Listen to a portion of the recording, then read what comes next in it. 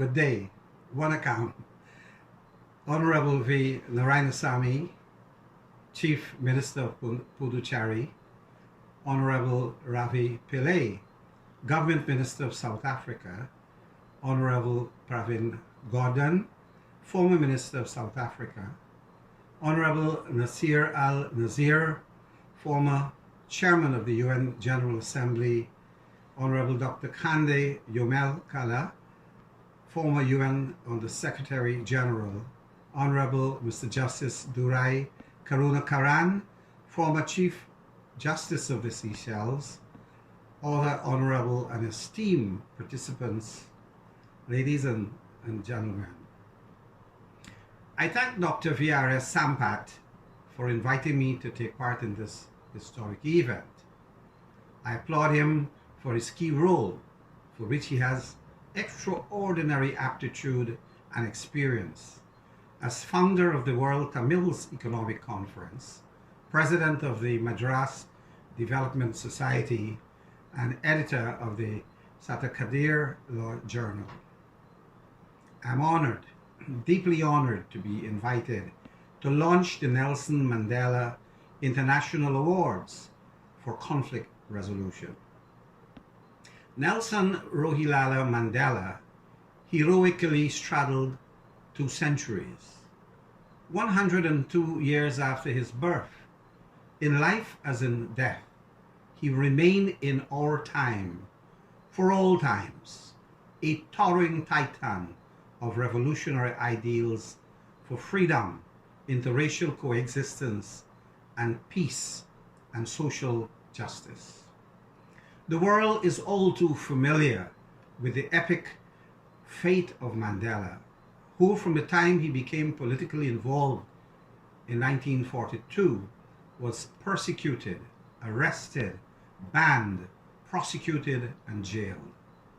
He courted death for his ideals and for his role as an activist for equality in a country where white fascists had imposed apartheid as the form of racist state power.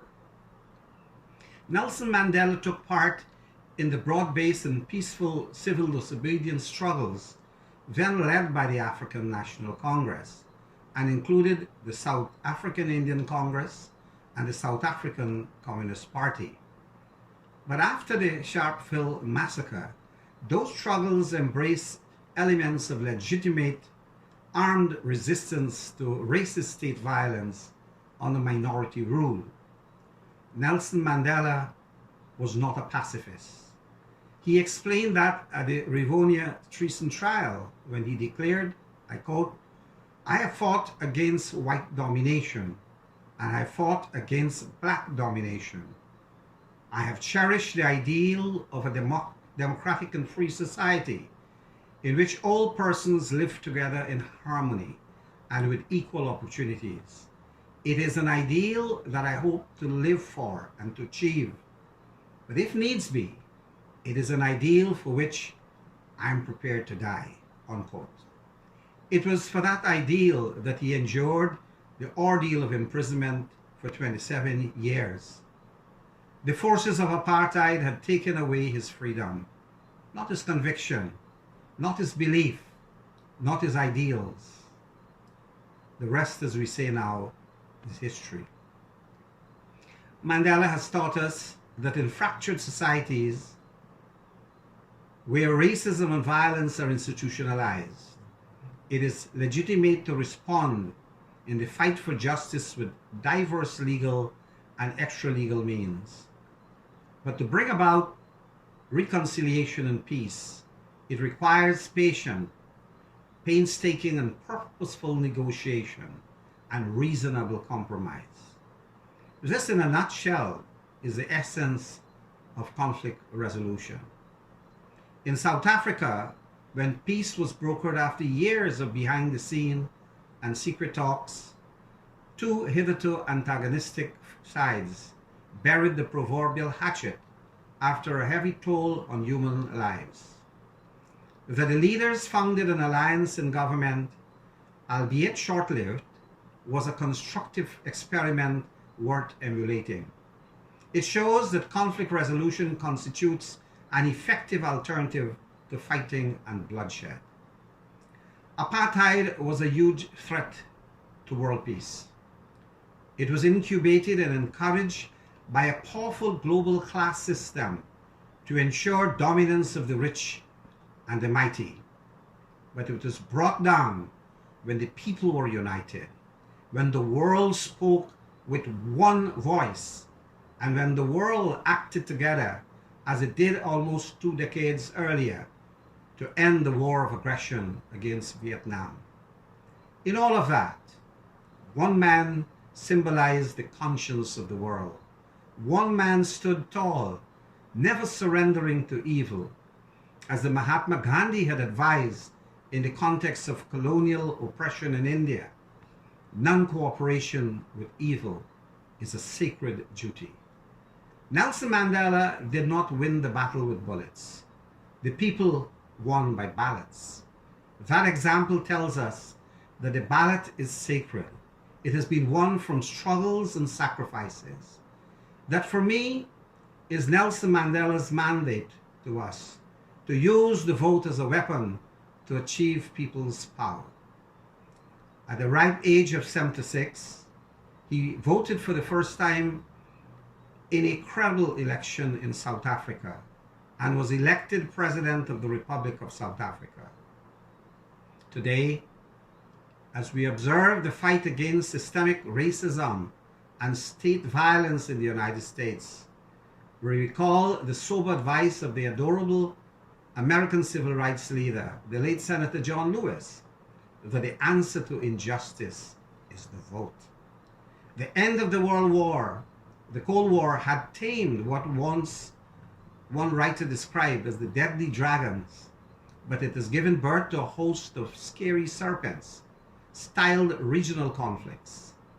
It appears that our world has been broken up into fragments, in the words of Rabindranath Tagore, by narrow domestic walls. It has also fallen prey to vested geopolitical and strategic interests and the intervention by foreign powers. Fragmentation is further compounded by the real threat of human decimation from the deadly global COVID-19 pandemic and the ravages from climate change. In this situation, we need strong leadership by example, not only in government, but from civil society.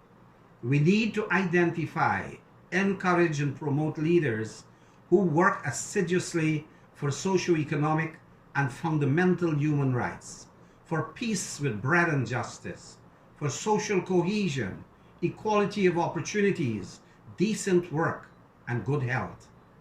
We need to carry on with the Mandela Mandate to fight racism and social injustice in all their forms and manifestations wherever these exist.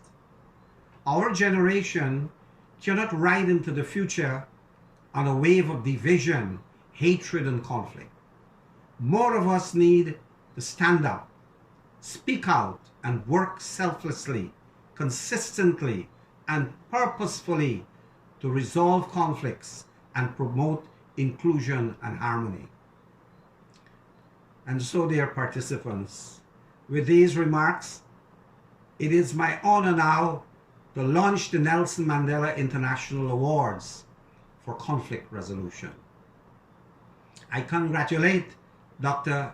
Navanetam Navi Pillay of South Africa and the Austrian Study Center for Peace and Conflict Resolution for being respectively the first recipient of the individual and the institutional Nelson Mandela International Awards for Conflict Resolution.